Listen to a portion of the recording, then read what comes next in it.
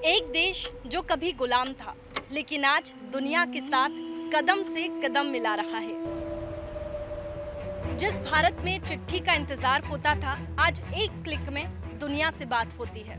लालटेन से एलईडी तक, बैलगाड़ी से एक्सप्रेसवे तक।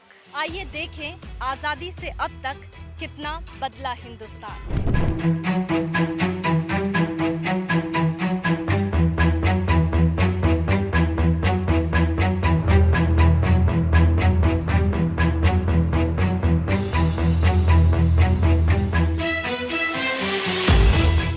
नमस्कार, मैं हूँ आपके साथ में वैष्णवी। 15 अगस्त 1947 जब भारत आज़ाद हुआ, लेकिन ये आज़ादी सिर्फ एक तारीख नहीं थी, एक नई शुरुआत थी। जब भारत को आगे बढ़ना था और जब हम सालों बाद पीछे मुड़कर देखें, तो सवाल सिर्फ ये नहीं है कि भारत आखिर कितना आगे बढ़ा, सवाल ये है कि भारत आखिर कितना ज्यादा बदल गया।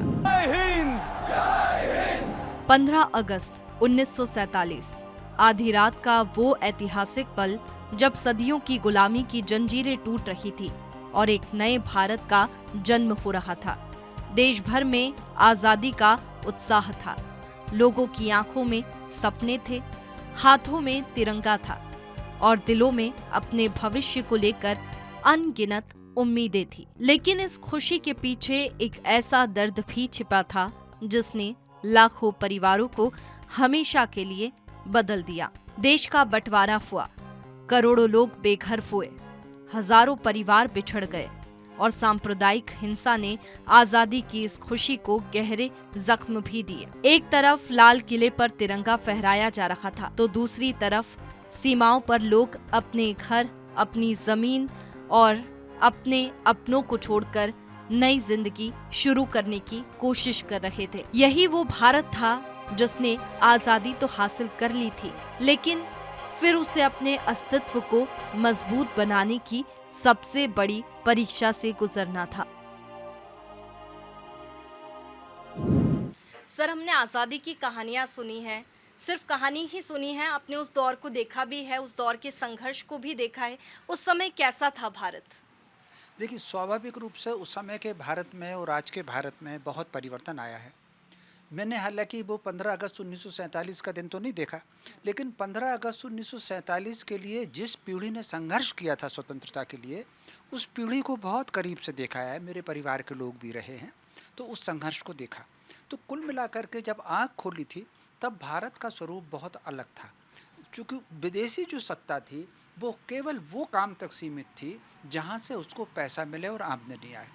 जन सेवा, जन स्वास्थ्य की दृष्टि से, जन सुविधा की दृष्टि से वो सरकार कोई काम नहीं करती थी। उसका अगर देखें तो गाँव में लालटेन थी, गाँव में चिमनियाँ थी, गाँव में चलने के लिए गलियों तक की सड़कें नहीं थी।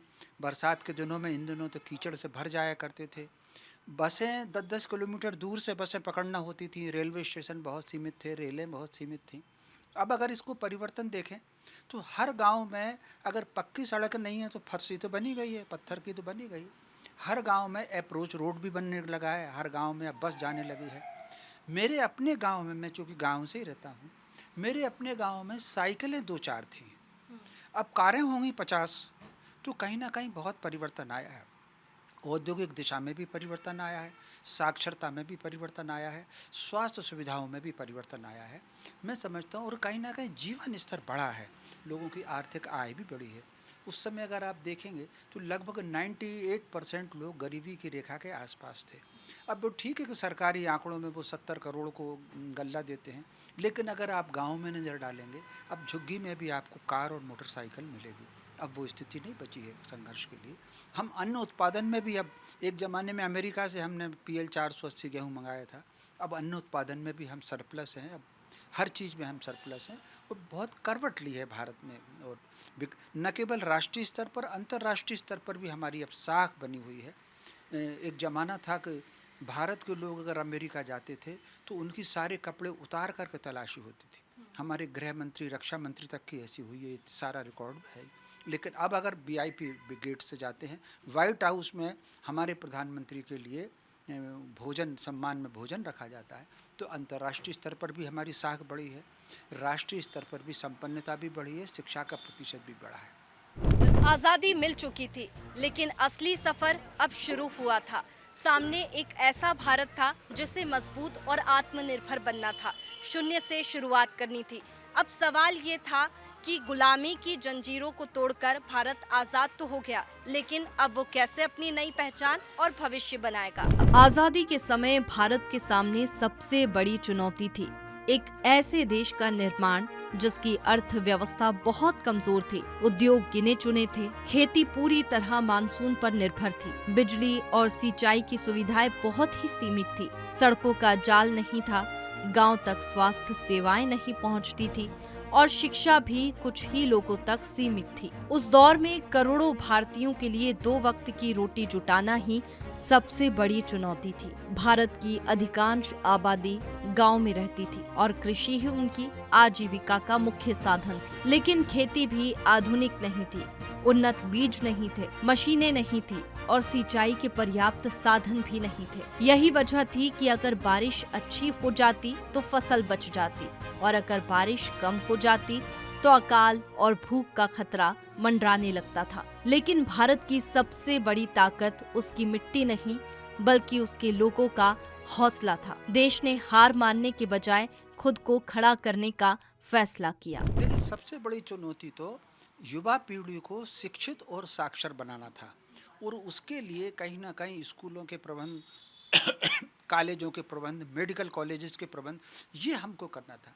किसी भी देश की प्रगति के आधार केवल 2 ही होते हैं, एक तो समाज शिक्षित बने और समाज के पास रोजगार हो। तो जिस तरीके से आधुनिक फैक्ट्रियां डली हैं, रोजगार के अवसर बढ़े हैं, गाँव से कितने लोग आकर के अब शहरों में आकर के रह रहे हैं। शहरों की अगर आप आबादी देखेंगे तो 98% ऐसे आबादी है जो गांव से रोजगार के लिए यहाँ आई है। अब वो यहीं घर बना करके बढ़िया बढ़िया उनके मकान हो गए। तो आधारभूत जो संघर्ष था वो शिक्षा का स्तर का था और दूसरा रोजगार के स्तर का था। तीसरा हालांकि जो काम हुआ है वो स्वास्थ्य की दृष्टि से भी काम हुआ है, अस्पताल खुले हैं, नए नए एक्सपर्ट हो, लेकिन इसमें एक नकारात्मक पक्ष भी आया। पहले कहीं ना कहीं रोगों की संख्या बहुत कम थी, है ना, रोगों की संख्या कम थी। अब रोगों की संख्या, अब जीवन शैली बदली है तो रोगों की संख्या भी बढ़ी है। एक बात समझ लीजिए, प्रकृति में अंधकार और प्रकाश दोनों साथ चलते हैं, ठीक है, और अगर प्रकाश बढ़ेगा तो अंधकार भी बढ़ेगा, तो अगर सुविधाएं बढ़ेंगी तो असुविधाएं भी बढ़ेंगी, ये प्रकृति का नियम है। तो अगर आपको स्वास्थ्य की सुविधाएं बढ़ी हैं तो रोगों की संख्या भी बढ़ेगी। तो स्वाभाविक रूप से डायबिटीज़ अब कितनी सारी बढ़ रही है, आदमी अब उतनी मेहनत नहीं करता, उतना पैदल नहीं चलता, तो आर्किटेक्ट में भी परिवर्तन आया है। तो इस समय हमने बहुत ऊंचाई पर पहुंचे हैं और हमारी ऊंचाई का इससे आप अंदाज़ लगाइए कि चंद्रमा के दक्षिण ग्रह पर जाने वाला हमारा जो यान है, भारत पहला रहा है। स्पेस टेक्नोलॉजी में हम दुनिया से सबसे सस्ते हैं। दुनिया के 12-14 देश हैं जो अब हमसे कहते हैं कि हमारे जो उपग्रहों को आप प्रक्षेपात करिए, जिसमें ब्रिटेन भी एक है। नासा ने हमसे वो टेक्नोलॉजी पूछी है कि आपने इतनी सस्ती कैसे बना ली है उपग्रह को स्थापित करने की। तो कहीं ना कहीं वैज्ञानिक दृष्टि से भी हमने प्रगति की है, भौतिक दृष्टि से भी प्रगति की है और सब प्रकार से हमने प्रगति की है। लेकिन आने वाले समय की कुछ चुनौतियाँ भी हैं जो हमको अब 15 अगस्त के दिन विचार भी करना है। 15 अगस्त 1947 जब हमारा देश आज़ाद हुआ तब भारत की तस्वीर आज से बिल्कुल अलग थी। एक लंबा सफ़र भारत ने तय किया। गांव से लेकर शहरों तक, शिक्षा से लेकर स्वास्थ्य तक, हर क्षेत्र में भारत में कई सारे बदलाव देखने को मिलते हैं। सबसे पहले बात आमदनी की। 1947 में भारत की प्रति व्यक्ति सालाना आय करीब 274 रुपए बताई जाती है। 2020 तक ये करीब 1,35,000 रुपए पहुंच गई थी और अब साल 2025-26 में प्रति व्यक्ति आय करीब 1,93,000 के लगभग हो गई है। यानी देश की अर्थव्यवस्था के साथ लोगों की औसत आय में भी बड़ा इजाफा हुआ है। जनसंख्या की बात करें तो आजादी के समय भारत की आबादी करीब 34 करोड़ थी। आज देश की आबादी 140 करोड़ से ज्यादा हो चुकी है। संयुक्त राष्ट्र के आंकड़ों के मुताबिक 2025 में भारत का जनसंख्या घनत्व करीब 492 लोग प्रति वर्ग किलोमीटर था। लेकिन आबादी बढ़ने के साथ परिवार का आकार छोटा हुआ है। आजादी के आसपास एक महिला के करीब 6 बच्चे होते थे। अब यह आंकड़ा काफी नीचे आ चुका है। NFHS 2005 के अनुसार भारत की कुल प्रजनन दर 2 बच्चे प्रति महिला है, यानी कि अब परिवार छोटे हो रहे हैं। जीवन प्रत्याशा में भी बड़ा बदलाव आया है। आजादी के समय भारतीयों की औसत उम्र करीब 32 से 37 साल के आसपास थी। आज ये करीब 70 साल के आसपास पहुंच चुकी है, यानी कि बेहतर स्वास्थ्य सुविधाओं, टीकाकरण, पोषण और चिकित्सा व्यवस्था ने लोगों की जिंदगी को लंबा किया है। शिक्षा के क्षेत्र में भी देश ने लंबी छलांग लगाई है। 1947 के आसपास भारत की साक्षरता दर करीब 18% थी। आज ये 70% से काफी ऊपर पहुंच चुकी है। आज भी सरकार लोगों को पढ़ना, लिखना सिखाने के लिए कई अभियान चला रही है। शहरों का भारत भी तेजी से बढ़ा है। आजादी के समय देश की करीब 17% आबादी शहरों में रहती थी। अब शहरी आबादी करीब 1/3 से ज्यादा हो चुकी है। दिल्ली, मुंबई, कोलकाता, बेंगलुरु जैसे शहर देश की अर्थव्यवस्था के बड़े केंद्र बन चुके हैं। बिजली और तकनीक की बात करें तो बदलाव और भी बड़ा है। आजादी के शुरुआती दौर में बिजली देश के बहुत छोटे हिस्से तक पहुंची थी। आज करोड़ों घर बिजली से जुड़े हैं। Mobile phone, internet, digital payment और ऑनलाइन सेवाओं ने आम आदमी की जिंदगी का तरीका बदल दिया है। सड़कों और गाड़ियों की संख्या भी तेजी से बढ़ी है। 1947 में देश में कारें बहुत कम थी। आज करोड़ों 2 पहिया और 4 पहिया वाहन सड़कों पर है। शहरों में मेट्रो, एक्सप्रेसवे और आधुनिक हाईवे का नेटवर्क लगातार बढ़ रहा है। भारत के नक्शे में भी बदलाव आया। आजादी के बाद देश में कई नए राज्यों और केंद्र शासित प्रदेशों का गठन हुआ। भाषाई और प्रशासनिक जरूरतों के हिसाब से राज्यों की सीमाएं बदली गई। 2019 में जम्मू कश्मीर का पुनर्गठन हुआ और जम्मू कश्मीर और लद्दाख को अलग अलग केंद्र शासित प्रदेश बनाया गया। आज भारत में 28 राज्य और 8 केंद्र शासित प्रदेश है, यानी कि 1947 का भारत और 2026 का भारत एक जैसा नहीं है। इन 69 सालों में देश ने कई चुनौतियां देखी, कई उतार चढ़ाव झेले, बड़े बड़े बांध बने जिन्हें आधुनिक भारत के मंदिर कहा गया। सार्वजनिक क्षेत्र के बड़े उद्योग स्थापित किए गए ताकि देश को आत्मनिर्भर बनाया जा सके। शिक्षा, विज्ञान और तकनीक को प्राथमिकता दी गई, क्योंकि ये समझ लिया गया था कि अगर भारत को भविष्य में दुनिया के साथ में कदम मिलाकर चलना है तो उसे ज्ञान, उद्योग और आत्मनिर्भरता तीनों को साथ लेकर आगे बढ़ना होगा। यही वो नींव थी जिस पर आने वाले दशकों में नए भारत की विशाल इमारत खड़ी हुई। आज भारत दुनिया की बड़ी अर्थव्यवस्थाओं में शामिल है और आने वाले सालों में देश के विकास की कहानी को और भी तेजी से आगे बढ़ने की उम्मीद है। देखिए, मोटे तौर पर चूंकि मैं गांव से आता हूं, सबसे अच्छी याद तो ये है कि हम बहुत छोटे थे। वो बहुत छोटे थे तो वो चले जाते थे, हमारे यहाँ तालाब था, तो जाकर के सारे कपड़े उतारे और तालाब में तैरने चले गए। वो जो एक आनंद है खुले का, मस्ती का, वो एक आनंद जो है अब खुलापन नहीं है, कहीं खुला तालाब नहीं है। अब आप कब सारे कपड़े उतार करके तालाब में तैरना तो दूर है। आज 2 साल के बच्चे को भी माँ बाप सोचते हैं कि इसको कम से कम बाहर निकालें तो अंडरवियर पहना करके निकालें। हम 10-12 साल की आयु तक सब कपड़े उतार करके तालाब में, नदी में तैर लिया करते थे। वो जो खुलापन था जीवन का, उस खुलेपन में थोड़ा परिवर्तन आया है। अब खुलकर के बातचीत पति पत्नी में भी कम हो गई है, माँ बाप में भी कम हो गई है, दोस्तों में भी कम हो गई है। वो जो खुलापन था हृदय का, बिल्कुल जिसको दोनों हाथ आसमान में करके अपन दौड़ते चले जा रहे हैं, वो माहौल नहीं है।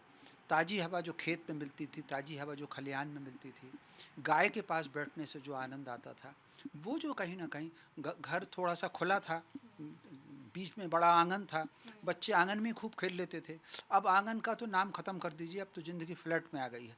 तो स्वाभाविक रूप से जीवन का जो खुलापन था, जीवन की जो आसमानी दौड़ थी, उसमें बहुत अंतर आया है। स्कूल में भी एक और उदाहरण बताता हूँ। स्कूल में भी जब मुझे भर्ती किया था, मुझे अच्छी तरीके से याद है स्कूल में, तो जानते हो मेरे पिताजी ने मास्टर साहब को क्या कहा था? उन्होंने कहा था, हड्डी हमारी है, मांस तुम्हारा है। इसका अर्थ है कि मार मार करके इसको खूब अच्छे से पढ़ाना है। वो जो अब ये सारी की सारी चीज़ें, कुछ चीज़ें कहने में भले ही खरे लगती है, लेकिन ये आनंद का विषय है। ये सब चीज़ें बहुत समय बदल गया है जी। आज जब हम 2026 के भारत को देखें तो ये विश्वास कर पाना कठिन होता है कि ये वही भारत है जो कभी अनाज के लिए दूसरे देशों पर निर्भर था, लेकिन आज ये भारत अर्थव्यवस्था में आगे बढ़ रहा है, अपनी मजबूत पहचान बना रहा है, डिजिटल दुनिया में टेक्नोलॉजी में आगे बढ़ रहा है, अंतरिक्ष में अपनी एक अलग पहचान बना चुका है और टेक्नोलॉजी में तो देश दुनिया के लिए उदाहरण बन रहा है। लेकिन ये बदलाव एक दिन में नहीं आया। इसके पीछे 69 सालों का संघर्ष, करोड़ों लोगों की मेहनत, किसानों का पसीना, वैज्ञानिकों की खोज, सैनिकों का बलिदान, उद्योगपतियों का निवेश और देश के हर नागरिक का योगदान छिपा है। यही इस कहानी की सबसे बड़ी खूबसूरती है। ये किसी एक सरकार, एक व्यक्ति या फिर एक दौर की कहानी नहीं है, बल्कि पूरे भारत की सामूहिक यात्रा है। पहले चिट्ठी भेजी जाती थी, अब मोबाइल ने उसकी जगह ले ली। लालटेन की जगह LED आ गई। बैलगाड़ी की जगह एक्सप्रेसवे ने रफ्तार पकड़ ली। रेडियो से पॉडकास्ट तक सफर तय हो गया। ब्लैक एंड व्हाइट टीवी अब 4K स्क्रीन में बदल गया। कैश की जगह UPI ने ले ली। कुएं और हैंडपंप से आगे बढ़कर नल से जल घर तक पहुंचा। चूल्हे की जगह गैस और इंडक्शन ने ले ली। कागज के टिकट की जगह ऑनलाइन टिकट ने ले ली। बैंक की लंबी कतारों की जगह मोबाइल बैंकिंग ने ले ली। डाकिये का इंतजार अब मैसेज के नोटिफिकेशन ने खत्म कर दिया। फोटो खिंचवाने के लिए कैमरे और स्टूडियो का इंतजार अब मोबाइल कैमरे ने खत्म कर दिया। नक्शे और रास्ते पूछने की जरूरत अब GPS ने कम कर दी। और दुनिया से जुड़ने के लिए कभी तार और टेलीफोन चाहिए था, आज इंटरनेट ने पूरी दुनिया को हमारी हथेली में ला दिया। ये है नया भारत। देखिए, आने वाले समय में भारत बहुत ऊंचाई पर जा सकता है, लेकिन उसके लिए एक स्पीड ब्रेकर सामने आ गया। वो स्पीड ब्रेकर है युवाओं के रोजगार का। इस समय एक वातावरण बन गया है। चारों प्रश्न इस बात का नहीं है कि सरकार कौन सी है, मोदी जी की है या कल को बदल जाएगी। आप इससे, जब मोदी जी नहीं थे, दूसरों की सरकार थी, तब भी बेरोजगारी थी। तो इस समय जो सबसे बड़ा काम है युवाओं को रोजगार देने का, और वो रोजगार सरकार की या कोई प्राइवेट या कोई फर्म की या कारपोरेट्स की नौकरी से संभव नहीं है। ये रोजगार प्रत्येक युवा में अपनी प्रतिभा है, अपना कौशल है, अपनी प्रज्ञा शक्ति है, अपनी दक्षता शक्ति है, उसकी जो विशिष्टता है उसको उभार करके उसको शिल्प की ओर, अपने लोकल शिल्प की ओर उसको दौड़ना होगा, स्वरोजगार की तरफ उसको दौड़ना होगा। क्योंकि आने वाला समय, जिस तरीके से मैं गांव से आता हूं, एक ज़माना था जैसे मेरे यहाँ खेती होती थी तो 20 लोग मिल करके एक खेत को काटते थे, कटैया लगते थे, 20 लोग मिलकर काटते थे। फिर ट्रैक्टर आ गया, अब हार्वेस्टर आ गया। एक हार्वेस्टर पूरे गांव की खेती काट देता है। इसका मतलब वो रोजगार चला गया। रोड जब बनता था तो सीमेंट मिट्टी मिलाने के लिए लोग लगते थे, अब मशीन मिला देती है। अब AI आ गया। अब कार ऐसी आ गई कि उसमें ड्राइवर की ज़रूरत नहीं है। हवाई जहाज़ में ड्राइवर की ज़रूरत नहीं। हार्ट का ऑपरेशन रोबोट कर रहा है। चीन ने 100 फैक्ट्रियाँ बनाई हैं, तुम गूगल पर सर्च कर लेना इसको। 100 ऐसी फैक्ट्रियाँ बनाई हैं जो मोबाइल बनाती हैं, और वो साल भर में 1 करोड़ मोबाइल बनाती हैं। कितना बनाती हैं? 1 करोड़। उसमें एक भी इंसान काम नहीं करता।